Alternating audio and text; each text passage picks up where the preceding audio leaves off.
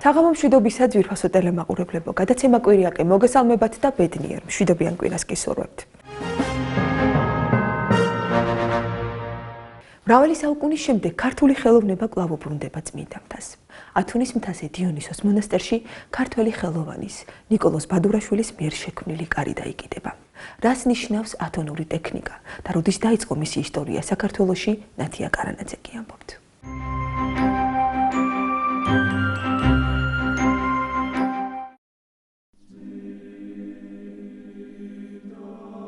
ათონის მთაზე მდებარე დიონისოს მონასტრის ცენტრალურ ეკლესიაში ნიკოლოზ ბადურაშვილის მიერ შექმნილი უნიკალური კარი დაიკიდება.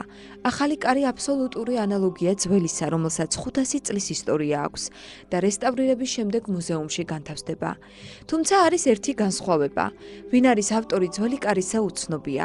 ახალ კარს უკანა მხარეს კი ქართული ასოებით დაეწერება ქართველი ხელოვანის, სახელი და გვარი და საუკუნეების განმავლობაში კიდევ ერთი ქართველი დატოვებს კვალს წმინდა მთაზე, სადაც ჩვენი წინაპრები მრავალი საუკუნის განმავლობაში დაუღალავად მოღვაწეობდნენ. აშკარად საინტერესო თან გვაქვს საქმე და ეს სასიხარულოა, მაგრამ როგორც თვითონ საუბრობს, ფესვები მაინც ქართულ კულტურაში უდგას და მისი პედაგოგები იყვნენ სწორედ ქართველები.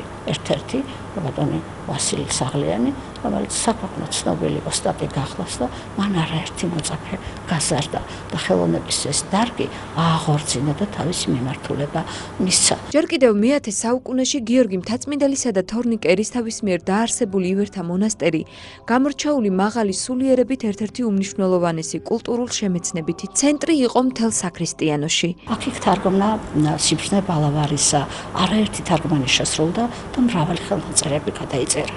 და ხელნაწერებზე დღეს მოგახსენებათ იქ დიდი გალერეა ქართული ხელნაწერების. გარდა ხელნაწერებისა, კედლის მხატვრობაში განსაკუთრებით მე-14 საუკუნიდან მოყოლებული უკვე ჩნდება ათონის სამხატვრო კერა, ასეთი ტერმინით მიდის პირდაპირ. ადრეც არსებობდა განსაკუთრებით და მე-16 საუკუნეში უკვე მნიშვნელოვანი როლი შეასრულა ამ სკოლა. კედლის მხატვრობის ეს ერთი მხარე. შემდგომ მეორე მხარე ეს იყო უკვე ხეზეკვეთილობა, რომელსაც განსაკუთრებული აღმავლობა განიცადა ჩვენს ხელთ არსებული მასალების მიხედვით, რაც ჩვენ დღეს ქართველებს გვიგავია ხელში მე-16 საუკუნეში. ჩვენ ახლა საუბრობთ ეგრეთ წოდებულ ათონურ სტილზე. ათონური ხეზეკვეთა, ეს არის რელიეფი, გამოყვანა. ზოგჯერ ჭვირულია ეს რელიეფი და ზოგჯერ არ არის ჭვირული, უბრალოდ გამოჭვირვალე რელიეფია. ეს არის ბზაზე შესრულებული ჯვარხატები, პანახიები, რომლებიც არის ძირითადად ჭვირული. ეს რას ნიშნავს? კვეთის დროს იკეთებოდა ფონიც. ესე იგი, გამოსახულება თავიდან ბოლომდე უკვე მოცულობითი ხდება. როგორი მოცულობითი, ესე იგი, ჯვრებია თუ პანახიები თუ ხატები, ის მუშავდება როგორც წინაპირიდან, ასევე ზურგიდან, მაგრამ როგორც წინაპირზე, ასევე ზურგზე ერთი და იგივე სცენები არ გამოისახება, სხვადასხვა მართლმადიდებლური მიმდინარეობის მიხედვით გამოსახულების მხოლოდ საფასადო ნაწილი აღიქმება და მისი ზურგი არ შემოდის მოქმედებაში, რა თქმა უნდა, მაგრამ აღქმის თვალსაზრისით, რადგან ერთ მხარეს ერთი გარკვეული სცენებია წარმოდგენილი, მრავალსცენიანია, როგორც წესი განსაკუთრებით ჯვრები და ხოლო მეორე მხარეს მეორე სცენებია წარმოდგენილი, მათი ფონები ემთხვევა ერთმანეთს და გამჭოლია ეს. ეგრეთ წოდებული ათონური სტილის ხეზე კვეთა მოითხოვს რას? ეს არის მთელი სილამაზე და ასე ვთქვათ, მთელი ეშხი ამ ყველაფრისა. ის არის, რომ ეს არის მინიატიურები, ძალიან მცირე ზომის ხეზე ნაკვეთი ნამუშევრებია. საქართველოს ეროვნულ მუზეუმში შემონახულია მე-16 საუკუნის უნიკალური ექსპონატები ქართული წარწერებით, რომლებიც ადასტურებენ, რომ ქართველი ოსტატები არა მხოლოდ ათონზე, არამედ საქართველოშიც ქმნიდნენ ათონური ტექნიკით შესრულებულ ჯვარხატებსა და პანახიებს. მართალია ათონური ჯვარხატების სახელით არის ცნობილი, მაგრამ ჩვენ გვხვდება მთელი რიგი ჯვრები და ხატები, რომლებზედაც განსაზღვრელი წარწერები ქართული ასომთავრულით არის შესრულებული. ის რომ ჯვრები და ხატები გვაქვს მცირე ზომის განსაკუთრებით ჯვრების ტარებზე, გარსატრავებზე, როდესაც უკვე მათ საქართველოში უკეთდებათ ვერცხლის ან ოქროს მოჭედილება და მასზე შესაბამისი წარწერა კეთდება ქართული, ეს ერთი მხარეა, მაგრამ როდესაც უშუალოდ თვითონ ამ ხელზეკვეთილობაზე განსაზღვრელი წარწერები კომპოზიციებისა არის ქართული ასომთავრულით შესრულებული, ეს პირდაპირ მიმანიშნებელია, რომ ის ქართულ ცენტრებში შექმნილი. ალბათ უნდა ვივარაუდოთ, რომ უნდა იყოს ივერონის ტაძარში შესრულებული. და ეს ქართველ ოსტატთა ნამუშევრები არაფრით თავისი შესრულების მანერით არაფრით არ ჩამოუვარდება ტოლს არ უდებს ამას სწორედ ბერძენ ოსტატთა ნამუშევრებს. ასეთი ტიპის ჯვრებმა ჩვენამდე ათონის მთიდან არ მიგვეღია, რა თქმა უნდა, ისინი მზადდებოდა და ეკლესია მონასტრებში მოდიოდა პირდაპირ. რომ გვაქვს იმერეთიდან, კახეთიდან, ქართლიდან, გურიიდან, ისე იგი საქართველოს ყველა რეგიონიდან გვაქვს ჩვენ ეგრეთ წოდებული ათონური ტიპის ნამუშევრები. ჭვირული ნამუშევრების შესაქმნელად ყველაზე ხშირად ბზა გამოიყენებოდა. აი მინიატურისთვის ბზა არის იდეალური. ბზას და სწორედ ბზასაც ხმარობდნენ იქ ათონზე. არის შეიძლება იხმაროს ადამიანმა მაგალითად ცაცხვი ან მაგალითად ურთხმელი და ასე შემდეგ სხვადასხვა ცაცხვი არ არის მკვრივი, მაგრამ ცაცხვი იძლევა საშუალებას ეს ძალიან ესეთი ნაზი რაღაცა ნიუანსების გამოყვანის საშუალებას იძლევა. თუმცა ცაცხვი ძალიან რბილია, მაგრამ ну იქ სხვა სპეციფიკაა, მაგრამ მაინც რა თქმა უნდა თუ ადამიანს უნდა შემოქმედს უნდა რომ გააკეთოს მინიატურა, მით უმეტეს ჭვირული რო იყოს ეს. ამისათვის საჭიროა რომ იხმაროს ბზა. ბზა არის საუკეთესო მასალა ამის. მე-19 საუკუნეში ქართული იკონოგრაფია დასუსტდა და რუსული ზეგავლენის ქვეშ მოექცა, რამაც კიდევ უფრო შეამცირა იმ ოსტატთა რაოდენობა, რომლებიც ათონური ტექნიკით ამუშავებდნენ ხეს. მე-19 საუკუნეში იყვნენ ქართველი ხატწერები, მაგრამ უკვე ნელ-ნელა რუსულმა, ევროპულმა სტილმა დასავლურმა სტილმა ჩაანაცვლა ეს მართლმადიდებლური იკონოგრაფია, ისედაც უკვე საკმაოდ სუსტია და ესეთია უფრო პროვინციულ სახეს ატარებს და ესეთი აკადემიური ესეთი სკოლა უკვე აღარ არსებობს. როდესაც საბჭოთა კავშირი დაიშალა, პრაქტიკულად მიწურულს ეკლესიაც გაიზარდა, მოთხოვნილებაც გაჩნდა. მე მახსოვს 80-იან წლებში ის ხატწერები, ვინც პირველ ნაბიჯებს დგამდა იკონოგრაფიაში და მახსოვს ისიც კარგად ლუწმინდესი და უნეტარესი ძალიან ხელს უწყობდა ამას. გაიხსნა ხატწერის სახელოსნო მაგალითად სასულიერო სემინარია აკადემიაში და ასე შემდეგ. დღეისათვის საქართველოში ვატო ხოშტარია ერთ-ერთი იმ იშვიათი ხელოვანთაგანია, ვინც ჭვირულ მინიატურებზე მუშაობს. ათონურ სტილზე მე თვითონ მივედი უნებლიეთ. როდესაც ძალიან დაბალ რელიეფს აკეთებ და ძალიან თხელ ფიცარზე ჭრი, ყოფილა შემთხვევა, აი თხელ ფიცარზე დამიწყია რელიეფის ამოკვეთა. როდესაც ჭრი, ხშირად არის ხოლმე სუფთა ტექნიკური საკითხია, რომ აი ჭრი და ზედმეტად გაგითხელდება ის ზურგი, რაც ანუ ეს რელიეფი რა არის? რელიეფი არის სულ დონეები, ხო? აი ჭრი და აქედან ამოვა და გახვალ და შეიძლება იმდენად გაგითხელდეს, რომ ის გაგიტყდეს. აი მაგალითად, თქვათ, აკეთებთ რაღაცა სცენას. აი, როდესაც დავიწყე, თქვათ, რელიეფის ჭრა, პირველად როცა იყო, ну აღარ მახსოვს ეს 1-20 წლის წინ იყო რა. უბრალო რელიეფებს ვაკეთებდი. მაგრამ როდესაც დავედი დონეზე, ეს რელიეფი რეალურად რა არის? მთელი რელიეფი წარმოადგენს რაღაცა სხვადასხვა დონის დიფერენცირებას, ხო? დიფერენცირებული დონებია. თქვათ, ეს ყველაზე მაღალი წერტილია, სახე ყველაზე მაღალი წერტილია, ხო, თქვათ. შემდეგ მოდის სხეული, აი ეს თქვათ, გულმკერდი, ხელი, მერე ეს დრაპირება, შემდეგ ფეხები. მერე ამის მერე უკვე მოდის შარავანდედი და თვითონ ჯვარი, ხო? ძელი. აი ამ ჯვარცმის შემდგომ უკანა დონეზე უკვე იერუსალიმის შენობებია, ნაგებობებია, იმიტომ რომ გოლგოთა ხო იერუსალიმის უკან იერუსალიმი იყო რა, გოლგოთის უკან. მუშაობა რთული, მაგრამ საინტერესოა. ეს ის საქმეა, რომელიც ღრმა სულიერებასა და საქმისადმი დიდ თავდადებას მოითხოვს. ამიტომ საქმეში ყველაზე მთავარს სიყვარულს დებს. შრომატევადის სამუშაოა მინიატურა მოგეხსენებათ და ძალიან ნატიფი და ის მიყვარს ესეთი არ შემიძლია ზერელე მუშაობა და თუ მუშაობ ნელა და ძალიან ის დიდი დრო მიაქ ამას. მისი ნამუშევრები სხვადასხვა ტაძრებსა და პირად კოლექციებს ამშვენებს. სანაწილეები, რა ვიცი, ძალიან ბევრი ჯვარი, ხატი, ტრიპტიხი გამიკეთებია ბევრჯერ. გაბნეულია, რა ვიცი, ხანსა უცხოეთშია ბევრი წასული, ბევრი კერძო მფლობელია, სასულიერო პირები არიან, ზოგი მონასტერშია, ზოგი სადა. ეხლა ამჯერად მაგალითად ვაკეთებ დიდი სანაწილე იქნება სამთავროს დედათა მონასტრისთვის და ცოტა დამიგვიანდა რაღაცა ისეთი მე ჩემი პრობლემა ყოველთვის დრო, იმიტომ რომ ამას როცა ვაკეთებ მე ვერ საზღვრავ დროს. ოსტატისათვის დრო მხოლოდ მაშინ ჩერდება, როცა ხელში საჭრეტელს იღებს. ასე იქმნება ის უნიკალური შემოქმედება, რომელმაც საუკუნეებს უნდა გაუძლოს.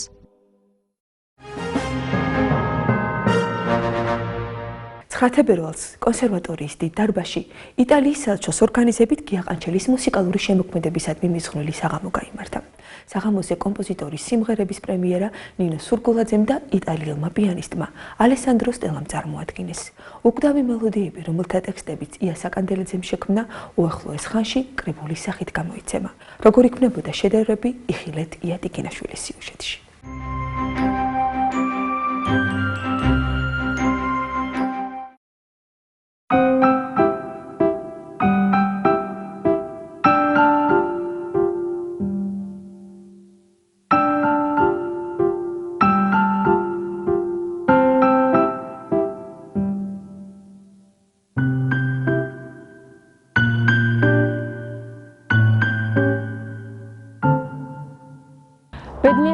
თანამედროვე სამყაროში არსებობს ქართველი ხელოვანი, რომლის შემოქმედებაც მსოფლიო მუსიკალური ხელოვნების განუყოფელი ნაწილია. ეს ხელოვანი გია ყანჩელია, კომპოზიტორი, რომლის ნაწარმოებებსაც მსოფლიოს უამრავ ქვეყანაში ასრულებენ. მისი ღრმა სულიერებითა და ჰარმონიით სავსე ნაწარმოებები ერთი მოსმენისთანავე ადამიანთა გულებში იდებს ბინას. ამიტომაა, რომ მის შემოქმედებასთან შეხვედრა ნამდვილი ზეიმია მათთვის, ვისაც უყვარს მუსიკა. გია ყანჩელის მუსიკა.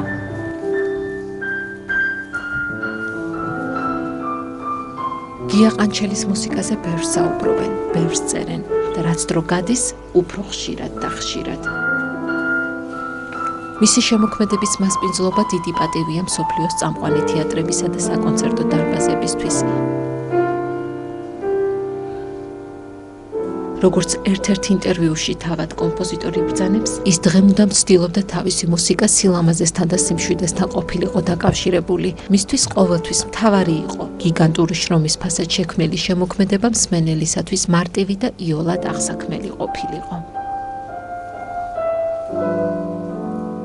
არასოდეს არაფერი არ მომხდარა ჩემი ინიციატივით.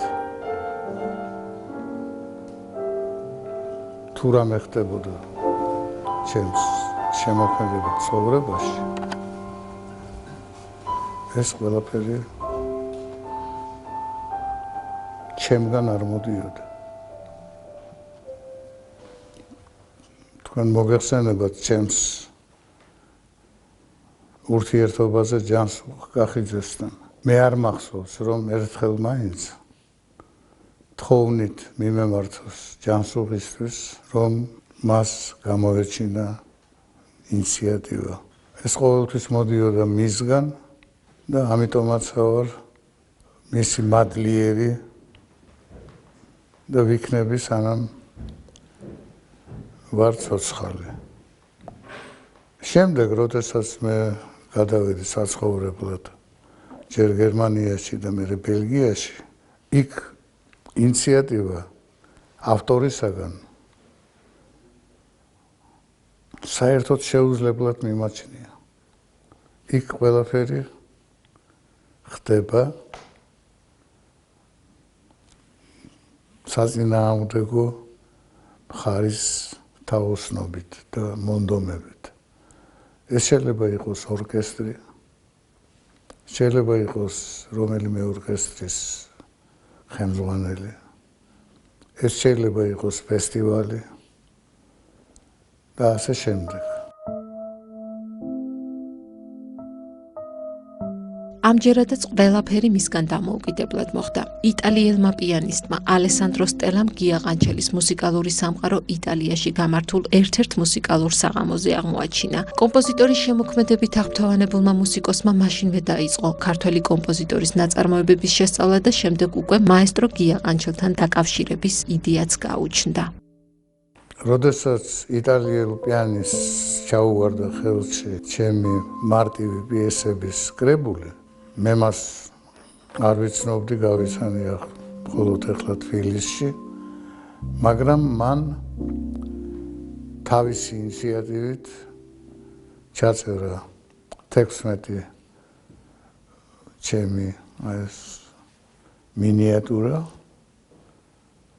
და პარტის 2 და კიდევ ერთი კომპოზიტორის ვასკს მისი მე მგონი 1 და გამომიგზავნა საკმაოდ ლამაზად გაფორმებული დისკი და მე ეს მოვისმინე ანტვერპენში. ძალიან მომეწონა როგორ უკრავს. 9 თებერვალი კონსერვატორიის დიდი დარბაზი. იტალიის საელჩომ გია ყანჩელის მუსიკისადმი მიძღვნილი კონცერტი გამართა. მთავრობის სხვა ოფიციალურ პირებთან ერთად საღამოს საქართველოს პრეზიდენტი გიორგი მარგველაშვილი მეუღლესთან ერთად დაესწრო. მინიატურები ფორტეპიანოსათვის ვიდეო პროექციის თანხლებით მიმდინარეობდა. ალესანდრო სტელას, ნინო სურგულაძისა და ახალი ქართული სიმებიანი კვარტეტის მონაწილეობით გამართული კონცერტი ზეიმად იქცა დამსწრე საზოგადოებისათვის. დღევანდელი ღონისძიებით ჩვენ გვინდა პატივი მივაგოთ უდიდეს ქართულ კომპოზიტორს, მაესტრო გია ყანჩელს. დღევანდელი კონცერტის ორგანიზება დიდი პატივია ჩემთვის.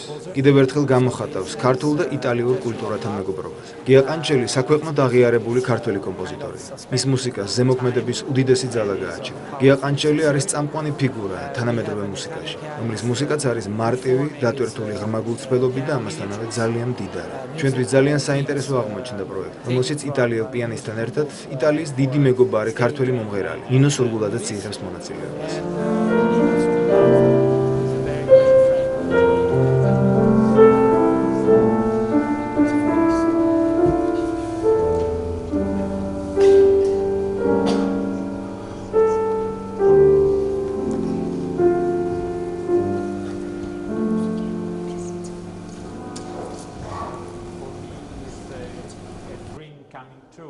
დღეს მეოცნება ამისრულდა. დიახ, ეს ნამდვილად ასეა. იყო აქ, საქართველოში და უკრავდა მაესტრო გია ყანჩელის მუსიკას, ეს ჩემთვის ოცნების ასრულებას ნიშნავს. ყანჩელის მუსიკის შესრულება რამდენიმე წლის წინ დავიწყე. შემდეგ გამიჩნდა იდეა, რომლის შესახებაც იტალიის ელჩს საქართველოში ვესაუბრე. და აი დღეს ჩვენ აქ ვართ. გულწრფელად გეუბნებით, ამ კომპოზიტორის მუსიკის დაკვრა უდიდესი ბედნიერებაა ჩემთვის.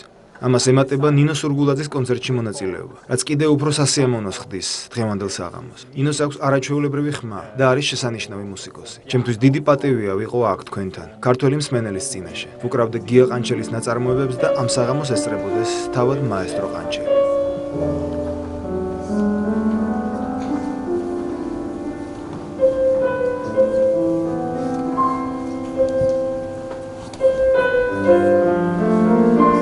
ეხება შემსრულებელს თავის დროზე დათო მალაზონიას პროექტში კონცერტი შედგა რუსთაველის თეატრში, იმღერა ნინო სურგულაძემ წყინვალეთ ჯავახიშვილთან ერთად. ამიტომ როდესაც აი დაგროვდა რაღაც გარკვეული რაოდენობა ვოკალური მინიატურების, დაურეკე ნინოს, მობრძანდა, მოვასმენია და გაუჩნდა სურვილი, რომ შეასრულოს.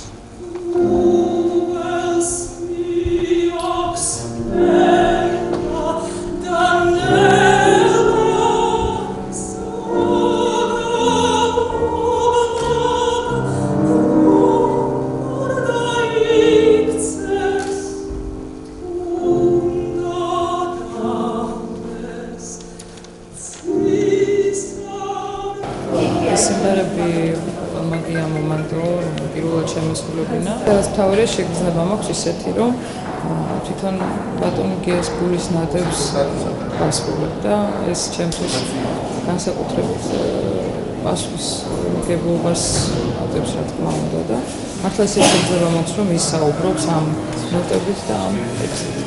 ალბათ ესეც არის.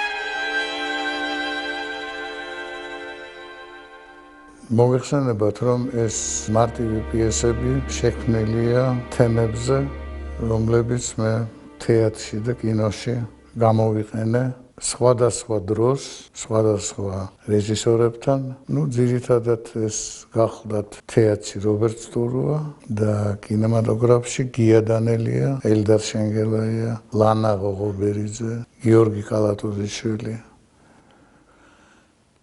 აი დამიგროვდა ძალიან ბევრი მასალა. ვიფიქრე, რომ კარგი იქნება თუ გავაკეთებ კრებულს, რომელთან გაცნობის შემდეგ შეიძლება ბავშვებმაც დაუკრან, მოზრდილებმაც. ეს ძალიან უბრალო და მარტივი მინიატიურებია.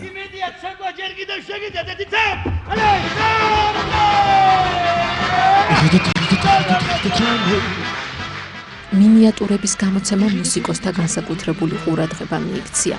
კომპოზიტორის უკვდავი ნაწარმოებები ქართული კინემატოგრაფიიდან თუ თეატრიდან საჩუქარი აღმოჩნდა გია ყანჩელის მუსიკის თაყვანისმცემლებისათვის. ვოკალური ციკლის შექმნის იდეაც სწორედ აქედან გაჩნდა. ვიფიქრე, რომ შეიძლება რაღაცა ვოკალური ციკლი შეიქმნას. ამიტომ შევაწუხე ქალბატონი ია საკანდელიძე და გონია, რომ მან ძალიან კარგად გაართვა თავი ჩემს თხოვნას. ცოტა რთულია უკვე დაწერილ თემაზე შეწყდა სიტყვები. ამ დროს ადამიანი, რომელიც ამას აკეთებს, შებოჭილია იმ ზომებით, რომლებიც არსებობს მუსიკაში. მე დიდი მადლობელი ვარ იასი და მიმაჩნია, რომ მან შესანიშნავად იმუშავა. ია საკანდელიძესთვის გია ყანჩელი და თავად კომპოზიტორის შემოქმედება მისთვის ყველაზე სანუკვართან, რუსთაველის თეატრთან ასოცირდება. დღემდე მოყვება ბავშვობის დროინდელი ემოცია იმ ბედნიერებისა, როდესაც რობერტ სტურუას კავკასიური ცარცის წრეს პირველად დაესწრო. სპექტაკლის ნახვამ თეატრისადმი სიყვარული, რაც მათი ოჯახის ცხოვრების ყოველდღიურობაში ისედაც უფევდა, კიდევ უფრო გაუმძაფრა. ამ ყველაფრის თავი და თავი კი გია ყანჩელის მუსიკა იყო. გია ყანჩელი, ბატონი გიას მუსიკა დაიწყო თეატრიდან, ჩემთვის. ეს იყო სასწაული, როდესაც კავკასიური ცარცის ნახე, ეს იყო სრული შოკი ტანდემის რობერტ სტურუა, გია ყანჩელი და გოგი მესხიშვილის ეს ყველასათვის ცნობილი არაფერს ახალს არ ვამბობ, მაგრამ პირადად მე რაც გავიცადე და რა ანარეკლიც დატოვა და რა ეს არაფრით არ იზომება. ეს იყო წაუშელი შთაბეჭდილება და წარუშლელი შთაბეჭდილება ყველასათვის, არაფერს ახალს არ ვამბობ. მაგრამ ეხლა რომ დავაკავშიროთ ეს, აი ის შოკი, ბავშვობის ბაში მიღებული ბედნიერება და უცებ აი წლები გადის, ვღებულობ ესე წინადადებას დათო მალაზონიასგან. ბატონ გიაზე კეთდება კონცერტი, გზავნილები გია ყანჩელს. კავკასიურის ორი თემა უნდა გაჟღერდეს ამ კონცერტზე. ერთი ნინო სურგულაძის, მეორე ანიკე კვას შესრულები და აღმოჩნდა, რომ ტექსტი თხოვლობს განახლებას. გენიალური ტექსტი აქვს. სიმღერების, ტექსტების ავტორი პეტრე გრუზინსკი, ბაგრატიონ გრუზინსკი, ეს უკვე ისეთი სახელია. მაგრამ აღმოჩნდა, რომ აი ეს კონცერტი და ეს ინტერპრეტირება მუსიკის ახლობდა სხვა ტექსტს და გავაკეთე დიდი სიხარულით ბატონ გიას თურმე, როდესაც მოусმენია ეს ტექსტი, არც ერთი სიტყვა შეუსწორებია და ეს არის იშვიათობა. ასე გამიმართლა და ესე დაიწყო, გადის რაღაც რამოდენიმე თვე და ზარია ტელეფონზე, ბედნიერი ზარი და ბატონი გიამ თავაზობს, რომ მე გადავწყვიტე, რომ კიდე 5 სიმღერა გავაკეთო და იქნებ გამიკეთოთ ტექსტი ამ სიმღერებზე. და დავიწყეთ ესე მუშაობა.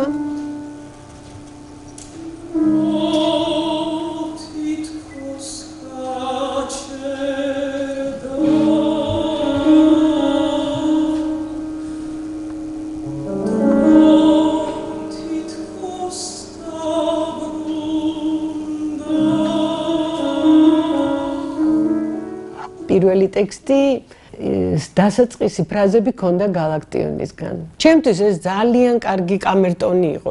ის რაც ალერსა და ყველაფერისა და ყველაფერისა და ის რაც ალერსა და აი ეს ფრაზები ქონდა მხოლოდ და რაღაცნაირად გადავაბი და კარგად შედგა ეს ყველაფერი. ყველაფერისა და სადაც არს ჩუმი ბგერა, ის რაც ალერსა და არასდროს არ გაქრება და წავიდა და წავიდა. წავიდა და წავიდა. ამგვარად ია საკანდელიძის მიერ სიტყვები გია ყანჩელის 9 ნაწარმოებისათვის დაიწერა.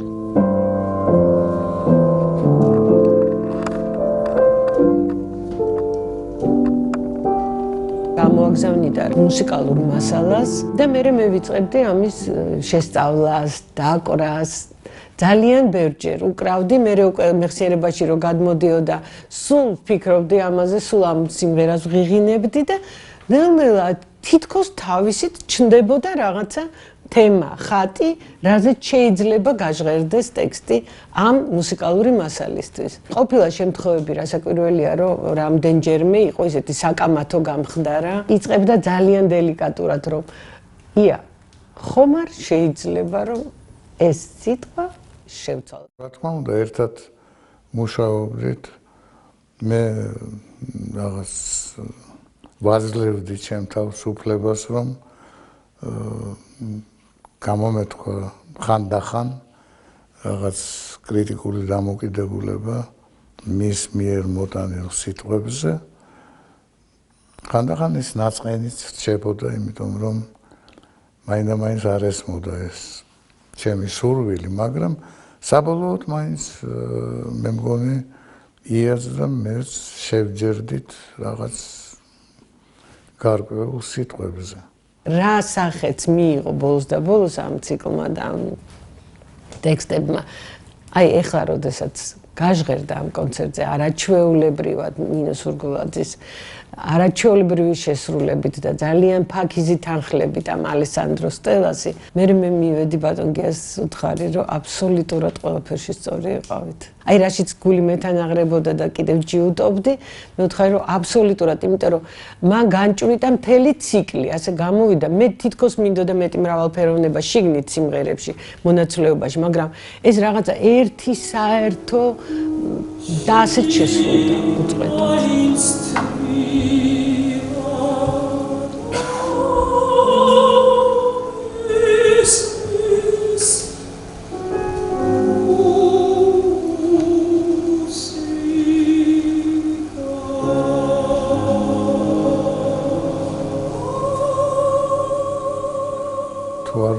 ტექსტები შესრულდა 8 თუ 9 გუშინ კონცერტში და ამას დაემატება კიდევ 2 და გამოვა ასეთი კრებული.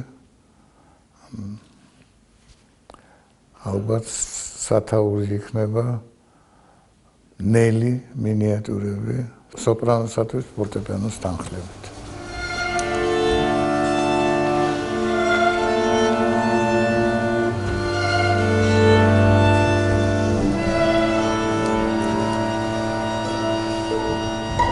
ერთადერთი ჩემი ინიციატივა გახდათ ის, რომ ამ კონცერტში მონაწილეობა მიიღო ახალმა სიმებიანმა კვარტეტმა, რომლებმაც შეასრულეს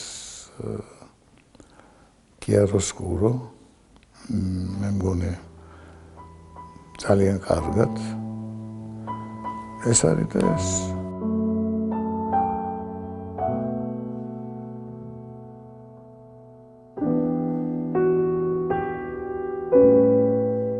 მე 22 თებერვალს ოპერის თეატრში მელის ჩემი საავტორო კონცერტი, რომელშიც მიიღებს მონაწილეობას ბატონი გიდონ კრემერი და ამ კონცერტში შესრულდება ჩემი 4 ნაწარმოები, რომლებიც თბილისში არ შესრულებულა. 22 თებერვალს კიდევ ერთხელ ექნება ქართულ საზოგადოებას გია ყანჩელის შემოქმედების მოსმენის შესაძლებლობა. შემოქმედებისა, რომელიც როგორც მარადიული ხელოვნება, უმეცრებას დუმილით, ქაოსს ჰარმონიით, სიბნელეს კი სინათლით უპირისპირდება.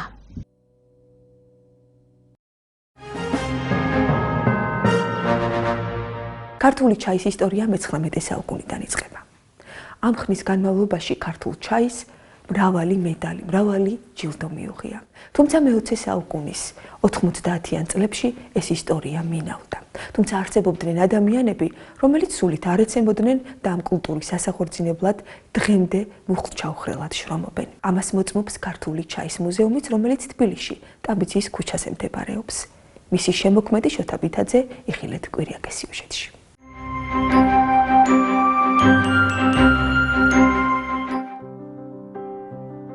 ქართული ჩაის ისტორია საინტერესო დასაწყისი აქვს. თავად მიხეილ ერისთავს ჩაი პირველად ჩინეთში დაუგემოვნებია და გადაუწყვეტია ის საქართველოში ჩამოიტანა. გურიის რეგიონის ჰავა ძალიან მიუმსგავსებია ჩინეთის სუბტროპიკული კლიმატისთვის და გადაუწყვეტია, რომ სწორედ გურიაში გაეშენებინა.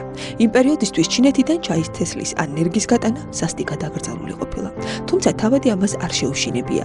ჩაის თესლი გახრედილ ტროსში ჩაუყრია და ასე გადმოუტანია ჩინეთის საზღვარზე. აქედან დადებია საფუძველი საქართველოში ჩაის კულტურის გავრცელებას. ოფიციალურად კი ქართული ჩაის კულტურის ისტორიის საწყისად 1857 წელი სახელდება. ამ დროს მოხდა პირველი ბუჩქების ჩამოტანა საქართველოში. ეს იყო ანასეულში, გურიაში, სოხუმის ბოტანიკურ ბაღში და დადიანთან ზუგდიდში, დადიანის ბაღში დაირგო. შემორჩა ოზურგეთში იყო სპეციალურად საადაპტაციო ნაკვეთები. და აი იქ შემორჩა ეს ბუჩქები. დადიანთან აღარ ჩანს ეს ხაზი, სად წავიდა მერე, სოხუმში რუსეთ-თურქეთის ომის დროს განადგურდა, ეს არის წყაროებში მითითებული. ესე იგი 1857 წელია. ამის შემდეგ იყო ბევრი მცდელობა იმისი, რომ ესე იგი სხვადასხვა პირების მიერ რომ ჩაის და სუბტროპიკული მცენარეების მოშენების საქართველოში. მაგრამ სამრეწველო წარმოება ჩაისი დაიწყო 1893 წლიდან, როცა ან პოპოვმა, ძმები პოპოვები ესეთი იყო, ჩაით მოვაჭრეები და ისიც მსხვილი ბიზნესი იყო, საიმპერატორო ოჯახის მიწოდებლები იყვნენ რუსეთის იმპერიაში და აღმოსავლეთ ევროპის ქვეყნებში.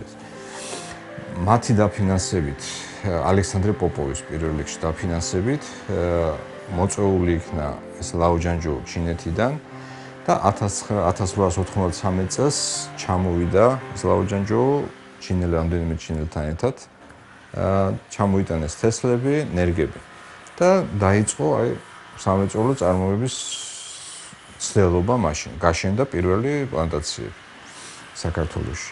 მაშინ აი ის რეგიონი აჭარა წილად დასახლებული იყო ძალიან, იმიტომ რომ ჭაობები იყო სულ იქა, ბათუმი პატარა იყო, აჭარელები ძირითადად მთაში ცხოვრობდნენ. პარალელურად, ესე იგი დარგეს აქ ეს ევკალიპტები, ციტრუსები, აი ტუნგოსცენ, ბევრი რაღაცა შემოიტანეს მაშინ. ბამბუკის სხვადასხვა სახეობები. ევკალიპტების აი ბევრი გათა ჩაქვში, იმაში ვნახავთ პატარა ადგილებია, ტყეები ვითარეს ევკალიპტების. აი მაგდროინდელი ესე.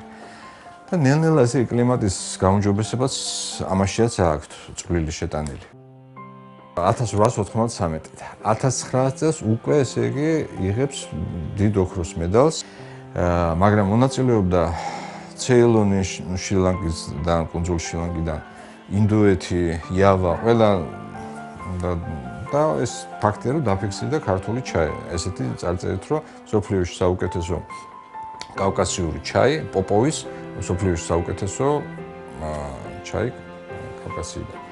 ასე იგი ბევრ პრობლემებთან იყო დაკავშირებული. იმიტომ რომ ჩვენთან ტრადიცია, კულტურა ამის წარმოების არ იყო საქართველოში. ეს არ არის ქართული ენდემური მცენარე, ჩაის მცენარე. ერთ-ერთი მთავარი იყო მუშახელის პრობლემაც იყო. ამიტომ იმ პერიოდისათვის აი ჩაქვის ტერიტორიაზე ჩაის უბანი არის, ხო იქ ჩამოასახლეს ბერძნები და ეს ბერძენი ქალები მუშაობდნენ მაშინ საქართველოში მუშახელი ჩამოდიოდნენ. ახლა აქედან გადის, მაგრამ ესე იგი მოიკიდა ქართულმა საქართველოში ჩაიმ ფეხი და პირველი ფაბრიკა, ჩაის ფაბრიკა ჩაქვში აშენდა. ინგლისური დანადგარები შემოიტანეს, ტექნოლოგიები ჩინური იყო. მაშინ ორთოდოქსის მეთოდით იყო წარმოება ჩაისი, ცუ ჩაი ესე ერქვა, ანუ დიდფოთლოვან ჩაის. ეს არ იყო უმაღლესი ხარისხის ჩაი, იმიტომ რომ მოთხოვნა იყო მაშინ პირველ რიგში ჯარის სამხედროებისთვის, ანუ ჯარისთვის ჩაის. იმიტომ რომ რეფორმა გატარდა მაშინ, რომ აი სპიტიანი სასმელების აიგზალა ჯერ ფლოტში, შემდეგ სამხედროებში, ჯარის ნაწილებში და ჩაინაცვლა ჩაითი. არის წერილები, აი პოპოვისთან, ლაუჯანჯოუსი. თუ არ იქნება მოთხოვნა მხოლოდ ხარისხზე, აი საშუალო ჩინური ჩაის საშუალო დონის მიღწევა თავისუფლად შეიძლება და მცირე წარმოებების შემთხვევაში და თუ ექსკლუზიური ჩაის ვაწარმოებთ, მწვანე უმაღლესი ხარისხის მწვანე ჩაის წარმოება შეიძლება, ეს არის დაფიქსირებული. და მან დაამტკიცა კიდევაც იმითი, რომ გააკეთა თავისი ბრენდი, როცა გააკეთა ეს ლაუჯანჯო. იქ ამ ბრენდით უშვებდა მაღალი ხარისხის ჩაის. ეს ჩაი სამწუხაროდ შემორჩენილი არ არის. მე-20 საუკუნეში ჩაის წარმოებას თითქოს ყურადღება მიექცა და პირველ ხანებში ხარისხიც ამაღლდა. გასაბჭოების შემდეგ დიდი პროგრამა გაკეთდა ამ ჩაის აღორძინების სახელმწიფო პროგრამა და ძალიან დიდი მასშტაბით. ეხლა მეცნიერებაც ძალიან მაღალ დონეზე იყო საბჭოთა კავშირში ჩაისთან დაკავშირებით და შეიძლება ითქვას თამამად, რომ სოფლიოში საუკეთესო დონეზე იყო. აი სელექციური ჯიშები საქართველოში შეიქმნა პირველად ბახტაძის ესეთი ჯიშები. ჩვენი ინსტიტუტები პირველ ადგილზე იყო და გაშენდა ჩაი ახლა იმ რეგიონებში ძირითადად გურიაში. სადაც შეიძლებოდა ყველგან გაშენა, მჟავე ნიადაგებში, სადაც სხვა სოფლის მეურნეობის კულტურები ცუდად ხარობს, ყველგან ჩაი გააშენეს. აი მაქსიმალურად მოხდა ათვისება. ზემო იმერეთიც და იმ რეგიონებისთვის საქართველოსთვის წამყვანი სოფლის მეურნეობის კულტურა იყო ჩაი. მაშინ სოფლიოში მე-4 ადგილზე იყო საქართველოს ჩაის წარმოებით. ეს არის 70-იან წლებამდე შევარდნაძემდე ვიძახი. შევარდნაძემდე საქართველოში ჩაის წარმოება იყო წარმოება, ხარისხის განვითარება, გაუმჯობესება და ეს ყველაფერი იყო აღმავალი. თუმცა 70-იანი წლებიდან ნაგები ქართული ჩაის ხარისხი დაეცა, რადგან ხარისხზე მნიშვნელოვანი ხელისუფლებისთვის რაოდენობა გახდა. ამ დროიდან დაიწყო ქართული ჩაის დაღმავლობა, 90-იან წლებში კი ამ ეპოქის დასასრულიც დადგა. რატომღაც შემოვიდა ესეთი აზრი, რომ ჩაი ეს არ არის ქართული კულტურა. ჩაის კულტურა იწვევს და ამაში მუშაობა ქართული ხალები, ესე იგი დაავადებას, დამახინჯებას, ეს ჩვენ უცხო სოფლის მეურნეობის კულტურა არ გვჭირდება. აი ესეთი ტენდენცია შემოვიდა. რატომღაც ამას პარალელურად დაემთხვა ის, რომ ვინც ჩაის ბიზნესში იყო დაკავებული ამ რეგიონში, იმათთვის საქართველო უკვე იყო გაუკონტროლებელი ქვეყანა ჩაის ბიზნესში. ამიტომ მათი ინტერესი საქართველოში ჩაის წარმოებასთან დაკავშირებით, შენელდა ესე რომ ვთქვათ, რბილად და გადაერთვენ შრი-ლანკაზე.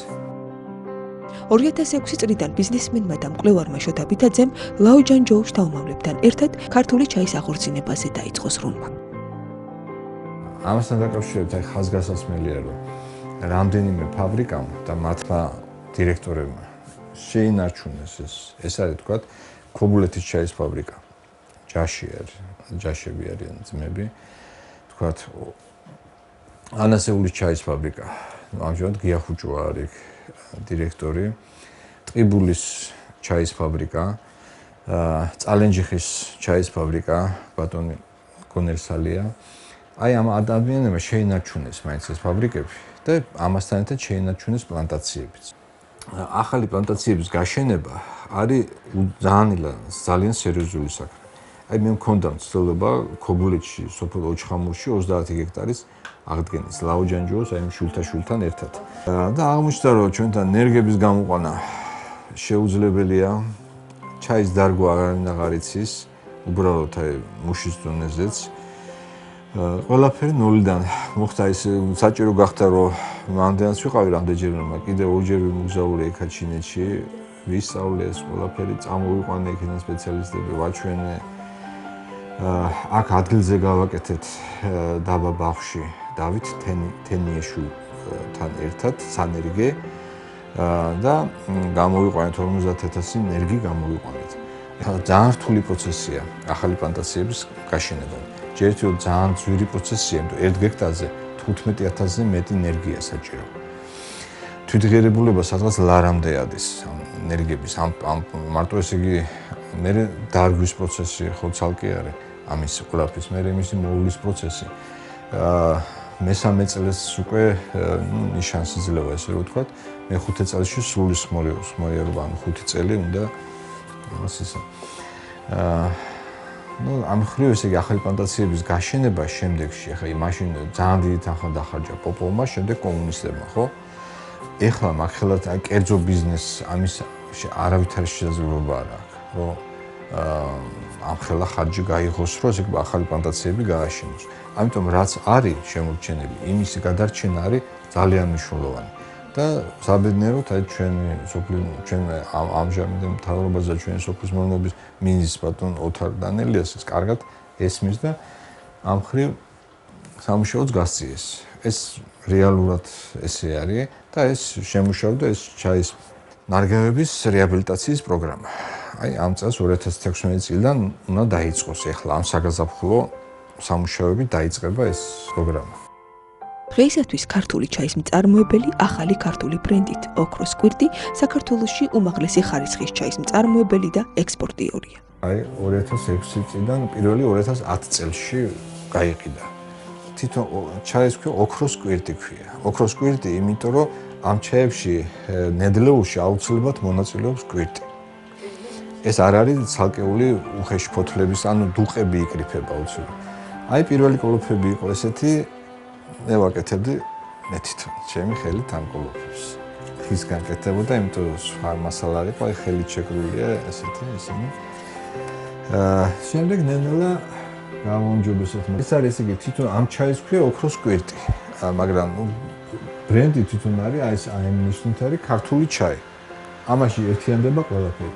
არის ეს ეკონომიური შეფუთვები, ესენი ყველა არის, ესე იგი არის მწვანე ჩაი, შავი ჩაი და მთის ველური მოცვის ჩაი, ესეთი შეფუთვით. აქ არის ეს არის მოცვის ჩაი, ეს არის მწვანე ჩაი, ის შავი ჩაი. შავი ჩაი ერევა ვართან ერთად კეთდება ესეთი ვარიანტი. არის ეს სამწუხაროდ აი ესეთი შეფუთვითაც არის შავი ჩაი ვარდით. აქ არის ნატურალური შავი ჩაი და ნატურალური ჩაის ვარდი აქვს დამატებული. ამ ესეთი ვარდი ხა შეიძლება თქვენმა გადაცემამ დამეხმაროს მაგაში რომ ესეთი კახეთში იყო ეთერზეთებს აკეთებდნენ. ეხლა შემომაქვს ჩინეთიდან. იმიტომ რომ ვერ მოვიძიე ჩვენ და იყო ეთერზეთებს აკეთებდნენ დიდი პლანტაციები იყო ამის. მაგრამ ეხლა რომ ვინმე მომაწოდოს ვერ ნახე. უბრალოდ უნდა იყოს ეს ჯიში მე რაც მინდა რა ზუსტად. და ჟასმინიც მოკეთ ეს ჟასმინი ეხლა ვაკეთებ ზუსტად აი მწვანე ჩაის ჟასმინით. მწვანე ჩაი ჩინეთიდან აღარ შემომაქვს, იმიტომ ქართული კარგი არის.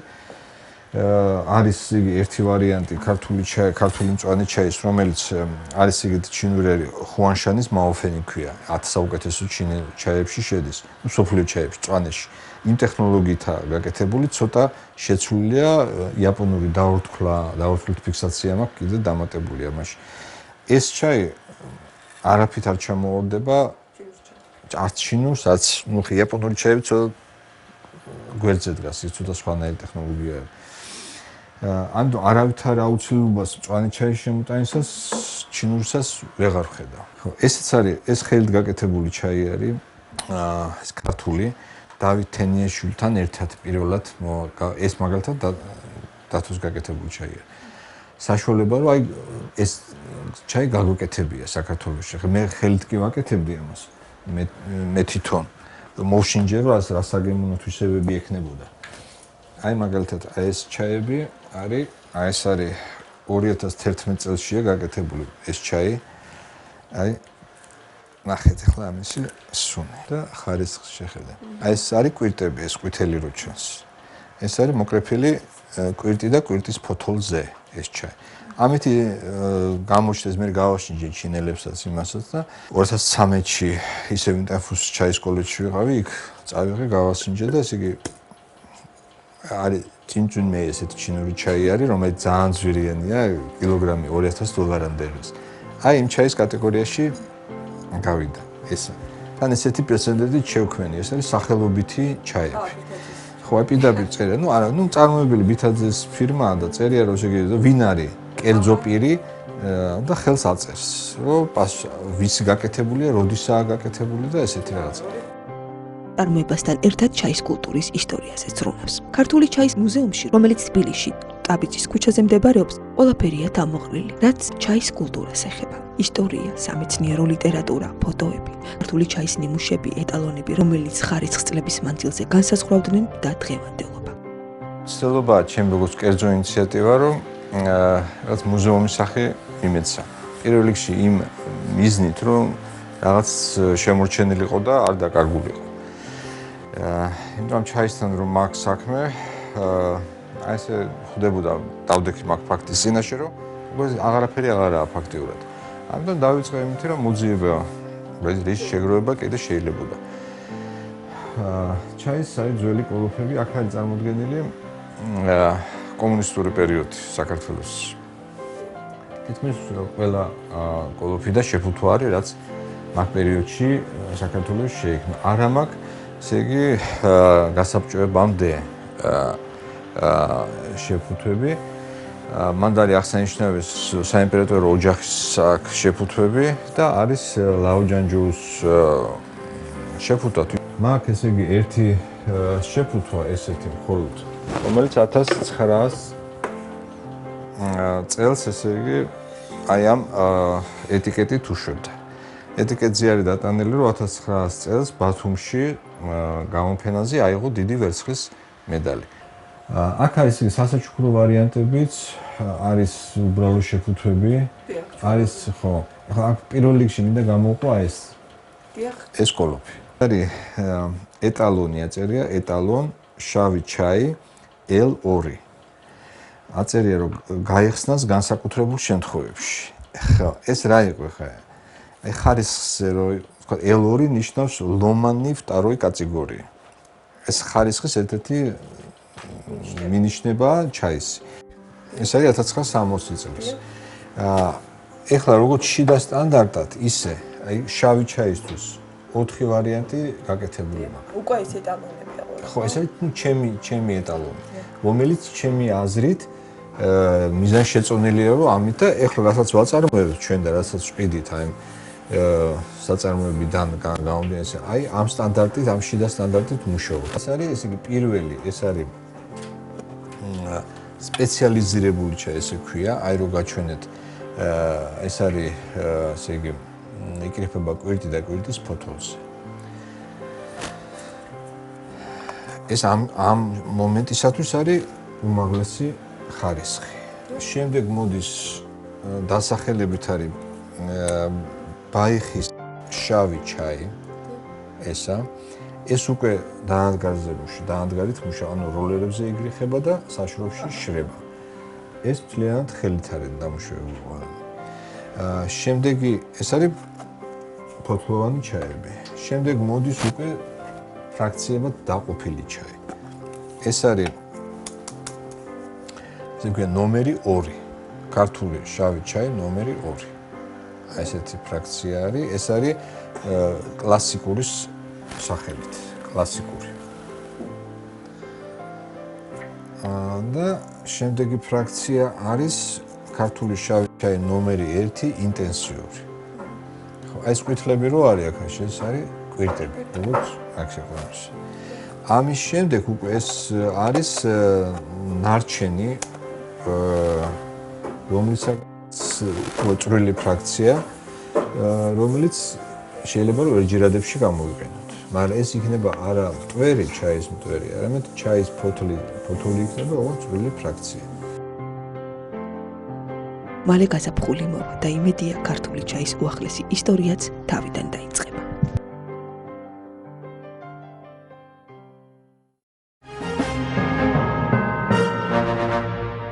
კვირაკის მიმოხილვაში იხილეთ მართლმადიდებლური სამყაროს ახალი ამბები. საქართველოს საპატრიარქოში 12 თებერვალს გაიმართა წმინდა სინოდის სხდომა, რომელსაც სრულიად საქართველოს კათოლიკოს პატრიარქი, მცხეთა-თბილისის მთავარეპისკოპოსი და ბიჭვინთისა და ცხუმ-აფხაზეთის მიტროპოლიტი, უწმინდესი და უნეტარესი ილია მეორე უძღვებოდა. სხდომის მდივანი გორისა და ატენის მიტროპოლიტი ანდრია გვაზავა გახლდათ. მღვდელმთავრის განცხადებით სხდომის ძირითადი თემა ივნისში კუნძულ კრეტაზე დაგეგმილი მართლმადიდებელი ეკლესიების მეთაურების შეხვედრა იყო. მიტროპოლიტ ანდრიას განმარტებით სხდომის წევრებმა განიხილეს ის დოკუმენტები, რომლებიც აღნიშნულ კრებაზე იქნება გატანილი, რეგლამენტის საკითხი და იანვრის თვეში ჟენევაში გამართული წინამოსამზადებელი შეხვედრის დადგენილება. კაბადოკიაში უძველეს ქრისტიანულ ტაძარს მიაკვლიეს. კაბადოკიაში, მიწისქვეშა ქალაქში აღმოჩენილია უძველესი ქრისტიანული ეკლესია. ტაძარი საცხოვრებელი სახლის საძირკვლის გათხრის დროს ქალაქ ნევშეჰირში ანატოლიის პლატოს ცენტრში აღმოაჩინეს. ადგილობრივი ხელისუფლების განცხადებით, იგი შეიძლება ქრისტიანი მომლოცველებისთვის ერთ-ერთ მთავარ მოსალოდს ადგილად იქცეს. ნევშეჰირის მერის ჰასან უნვერის თქმით, ეკლესიის კედლები მოხატულია აღდგომისა და განკითხვის დღის ამსახველი ფრესკებით. როგორც ჩვენთვის ცნობილია, მსგავსი ფრესკები არ არის გამოსახული არც ერთ სხვა ძველ ეკლესიაში. ზოგიერთი მეცნიერი მიიჩნევს, რომ ეს ტაძარი მე-5 საუკუნეშია აგებული. აცხადებს ნევშეჰირის მერი. როგორც ცნობილი გახდა, ეს ქალაქი შეესაბამება კაბადოკიის ნაკრძალების შემადგენელ ნაწილებს, რომელთაც იუნესკო იცავს და მსოფლიო კულტურულ მემკვიდრეობად მიიჩნევა. მიწისქვეშა ქალაქი აღმოჩენილია 2014 წელს და ერთ-ერთ უდიდეს ქალაქს წარმოადგენს. არქეოლოგი ალი აიდინი კი აცხადებს, რომ სამუშაოები გაზაფხულამდე შეჩერებულია, რათა ზამთრის ამინდების გამო ფრესკები არ დაზიანდეს. ჩვენ გავასუფთავეთ რამდენიმე ფრესკა, აცხადებს არქეოლოგი. დანარჩენებს კი დროთა განმავლობაში შევისწავლით. ფრესკებზე გამოსახულია იესო ქრისტეს ჯვარცმა და მისი აღდგომა ზეციურ სასუფეველში. ასევე მოცემულია მოციქულების, წმინდანების და მოსე და ელია წინასწარმეტყველების გამოსახულებები. ათონზე ძველი ტექსტების ელექტრონული ბიბლიოთეკა შეიქმნება. ბერძნული სატელეკომუნიკაციო ჰოლდინგ ოტესა და ათონის მთისწმინდა კინოც შორის გაფორმდა ხელშეკრულება, რომლის საფუძველზეც ძველი ტექსტები ციფრული სახით მოთავსდება ციფრულ კიდობანში. პროექტის ღირებულება 7.700.000 ევროა და მოიცავს ათონის ბიბლიოთეკაში დაცული დოკუმენტებისა და ხელნაწერების ციფრული ვერსიის შექმნას. იმისათვის, რომ აღნიშნული ტექსტები და დოკუმენტები მომხმარებლისთვის ხელმისაწვდომი გახდეს, რამდენიმეენოვანი სპეციალური ვებგვერდი შეიქმნება. დოკუმენტის მოცულობა შეადგენს 900.000 ხელნაწერს, 450.000 ბეჭდურ გამოცემას, 550.000 ისტორიულ და არქივებულ დოკუმენტს, 146.000 საეკლესიო დანიშნულების ნივთს, 25.000 არქიტექტურულ ესკიზსა და 250.000 საათის ხანგრძლივობის ვიდეო მასალას.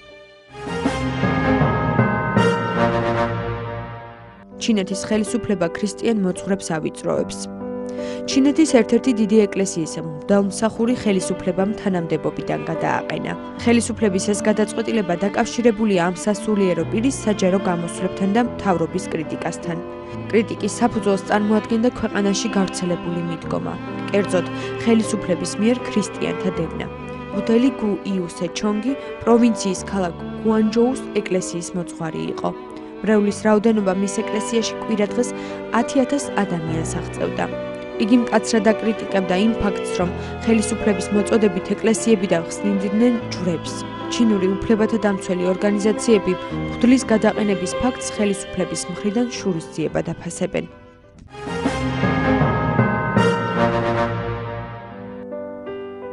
ანტიოქიისა და იერუსალიმის საპატრიარქოებს შორის მოლაპარაკებები გრძელდება. საბერძნეთის საინფორმაციო სააგენტოს ცნობით, ანტიოქიის პატრიარქი იოანე მე-10 და იერუსალიმის პატრიარქი თეოფილე მე-3 მზად არიან მოლაპარაკებების გასაგრძელებლად. ამ ორ საპატრიარქოს შორის არსებული დაძაბული ურთიერთობის საფუძველი ყატარის საეკლესიო იურისდიქციაა. ორივე პატრიარქი ყატარს საკუთარ კანონიკურ ტერიტორიად მიიჩნევს.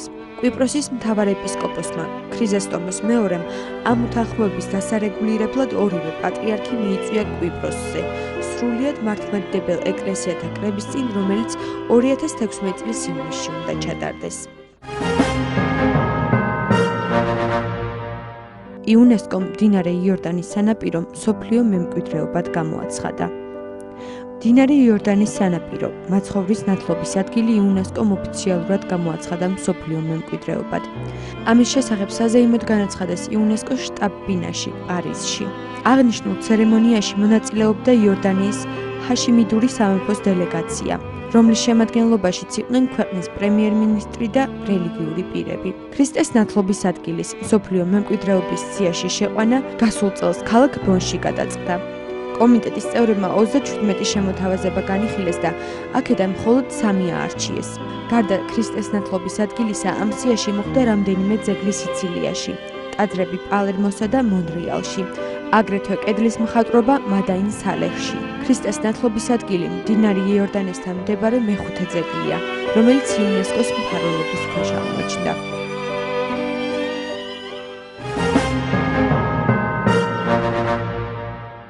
ისლამური სახელმწიფოს მებრძოლებმა ერაყში მდებარე წმინდა ილია წინასწარმეტყველის სახელობის უძველესი მონასტერი დაანგრიეს. თანამგზავრის ფოტოების ანალიზის მიხედვით, ამ ადგილზე მხოლოდ ქვების გროვა დარჩა. ვატიკანის წარმომადგენლის ფედერიკო ლომბარდის განცხადებით, ეს მონასტერი დაახლოებით 1500 წლის განმავლობაში იყო ქრისტიანი მომლოცველების ნავთსაყუდელი.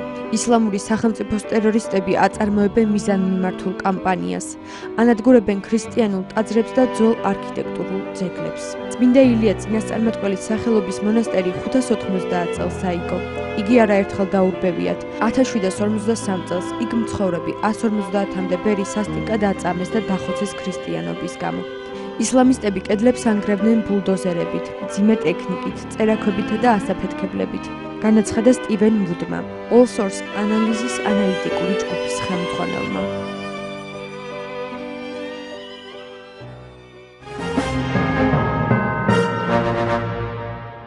ინდოეთში 2015 წელს ქრისტიანთა წინააღმდეგ 200-ზე მეტი ძალადობის აქტი განხორციელდა. მოძალადეებმა დახოცეს 7 პროტესტანტი პასტორი. დაზარალებულთა რიცხვმა მიაღწია 8000, მათ შორის არიან ქალები და ბავშვები. დაინგრა მრავალი ეკლესია. ეს მონაცემები მოცემულია ანგარიში ქრისტიანთა დევნა ინდოეთში, რომელიც გამოქვეყნდა ადამიანის უფლებათა დამცველი ორგანიზაცია კათოლიკური სეკულარული ფორუმის მიერ. ამ ანგარიშის მიხედვით მოძალადეები ძირითადად ინდუსი ექსტრემისტები არიან. ისინი იდეოლოგია ჰინდუტვას ქადაგებენ, რომლის მიხედვითაც ინდოეთში მხოლოდ ინდუსები უნდა ცხოვრობდნენ. ამ იდეოლოგიის მიმდევრები გამოხატავენ ზისხს როგორც ქრისტიანების, ისე მუსლიმების მიმართ. ანგარიშის ავტორები ასევე აღნიშნავენ, რომ ბოლო დროს ინდოეთში ღარიბი ოჯახების დასახმარებლად ჩასული ქრისტიანი მისიონერებისთვის ვიზის გაცემა გართულებულია.